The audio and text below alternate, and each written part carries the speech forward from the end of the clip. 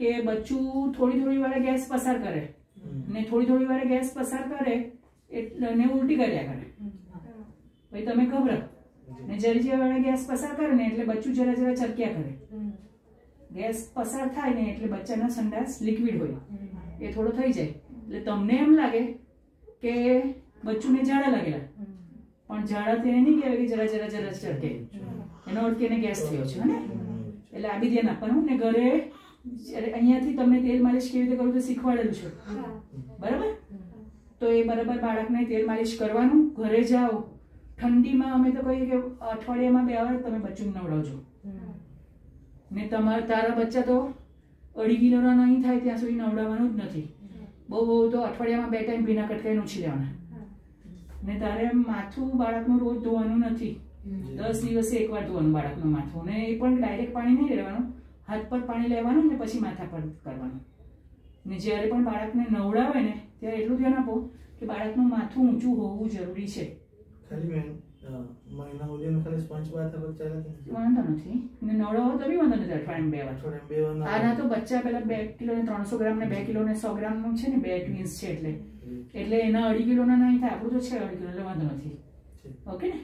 અને બચ્ચુને નવડાવ્યા પછી તેલ માલિશ કરવાનું ને પછી તડકામાં બેસાડવાનું. પણ જે દિવસે નહીં નવડાવો, મેં કીધું તેવું કે ઠંડીમાં અઠવાડિયામાં 2 ટાઈમ જ નવડાવવાનું, જે દિવસે નહીં નવડાવો ને એ દિવસે પણ તેલ માલિશ તો કરવાનું જ છે, જેથી ગરમાટો આવે ને વજન જલ્દી વધે બાળકના. ખ્યાલ આવ્યો? ને બચ્ચાને મેં કેવી રીતે સુવડાવવા કીધું છે ખબર છે ને? એક પડખે માથું થોડું ઊંચું અને પડખે.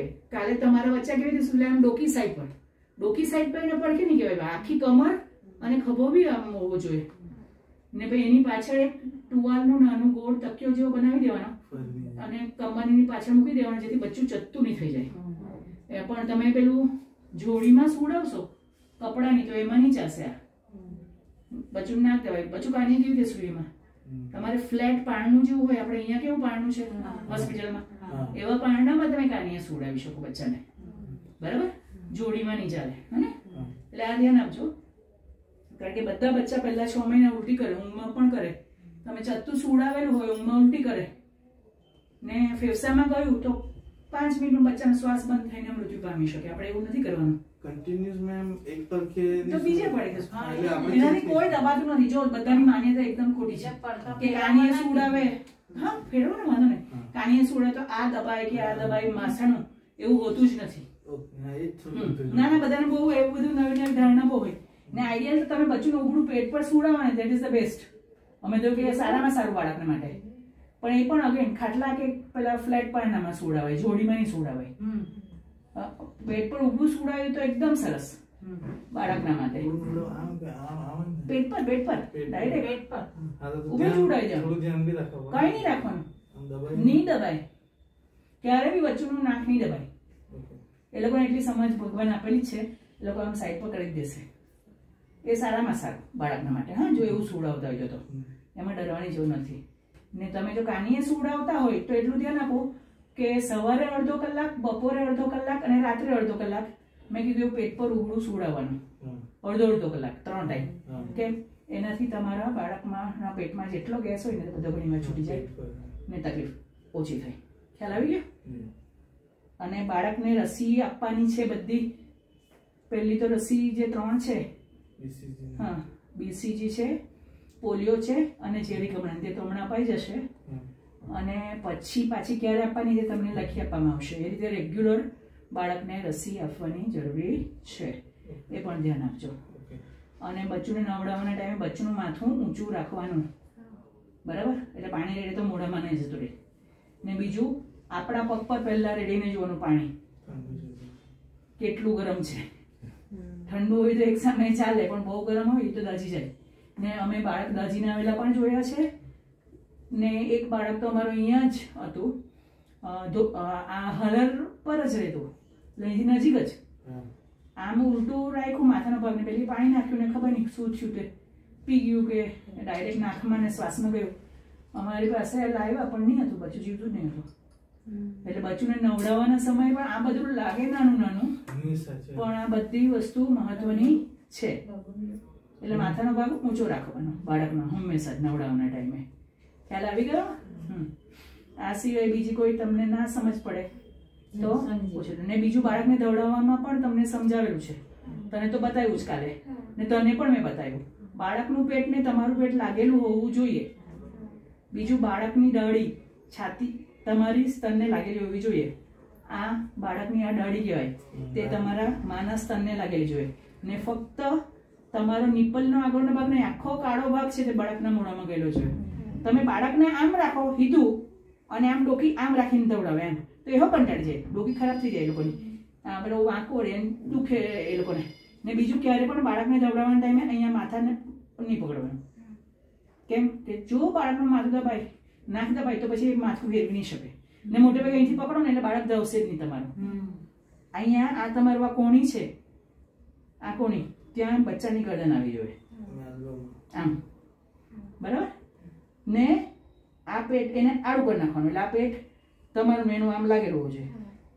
જરા બી એનું નાક દબાયું તો એ ત્યાંથી ફેરવી લેશે આમ કરીને મોઢું. આ એનું ફ્રી છે, દેખાય છે? તમે આમ પકડો તો ફ્રી રહી ને દાવે બી નહીં ને ફ્રી બી નહીં રહી. એટલે જરા બી નાક દબાવ્યું તો એ લોકો કાઢી લેશે. ને હંમેશા દવડાવો ને એટલે બંને છાતી પર દવડાવવાનું. અમુક બચ્ચા ફાસ્ટ ધાવતા હોય, અમુક બચ્ચા સ્લો ધાવતા હોય, એ લોકો મોઢું કાઢી લેશે ધાવણ આવતું બંધ થાય એટલે. તમારે જોવાની જરૂર નથી. એટલે એક તરફ ધારો કે 10 મિનિટ દવડાવ્યું, પછી બીજી તરફ 10 મિનિટ દવડાવવાનું ને પછી છોડાવવાનું, હે ને ટપેરીને.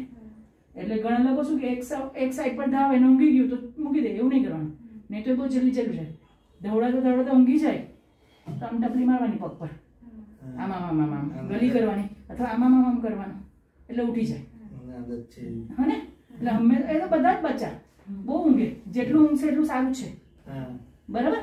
બચ્ચા 21 થી 22 કલાક ઊંઘે 24 કલાકમાંથી. આજે ઊંઘી ગયું પણ જલસા પડ્યા ને ત્યારે અંદર બી મારો અવાજ સાંભળ્યો,